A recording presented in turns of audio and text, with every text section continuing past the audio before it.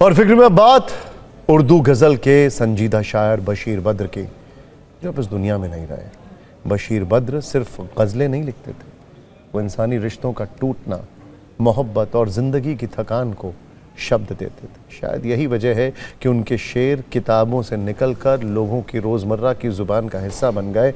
अब वो हमारे बीच नहीं है, लेकिन उनकी आवाज़ हर उस दिल में ज़िंदा रहेगी जिसने कभी मोहब्बत की हो या किसी अपने को याद किया हो।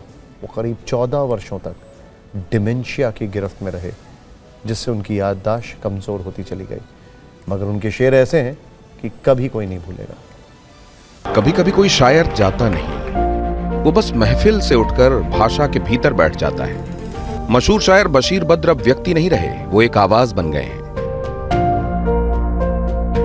91 वर्ष की उम्र में उनके जीवन की शाम हो गई। आज लगता है जैसे उनका यह शेर इसी दिन के लिए लिखा गया था। उजाले अपनी यादों के हमारे साथ रहने दो, न जाने किस गली में जिंदगी की शाम हो जाए। 1987 के मेरठ दंगों में जब उनका घर जला तो उनकी बहुत सी ऐसी रचनाएं भी राख हो गईं जो छपी नहीं थीं। लेकिन बशीर बद्र की खासियत थी कि वो नफरत के धुएं से भी मोहब्बत को बचा लेते थे। उन्होंने अपने जले हुए घर की राख से शेर निकाला। बशीर बद्र 1935 में अयोध्या में पैदा हुए थे। उन्होंने अलीगढ़ मुस्लिम विश्वविद्यालय से अपनी उच्च शिक्षा और पीएचडी पूरी की और वहां उर्दू के प्रोफेसर के तौर पर सेवाएं दी।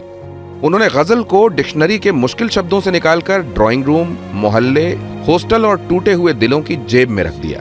वो दुनिया की मजबूरियां समझते थे, इसीलिए बड़ी आसानी से कह गए, कुछ तो मजबूरियां रही होंगी, यूं ही कोई बेवफा नहीं होता। शिमला समझौते के समय तत्कालीन प्रधानमंत्री इंदिरा गांधी ने पाकिस्तान के जुल्फिकार अली भुट्टो को बशीर बद्र का लिखा एक शेर सुनाया था, जो इस तरह से था।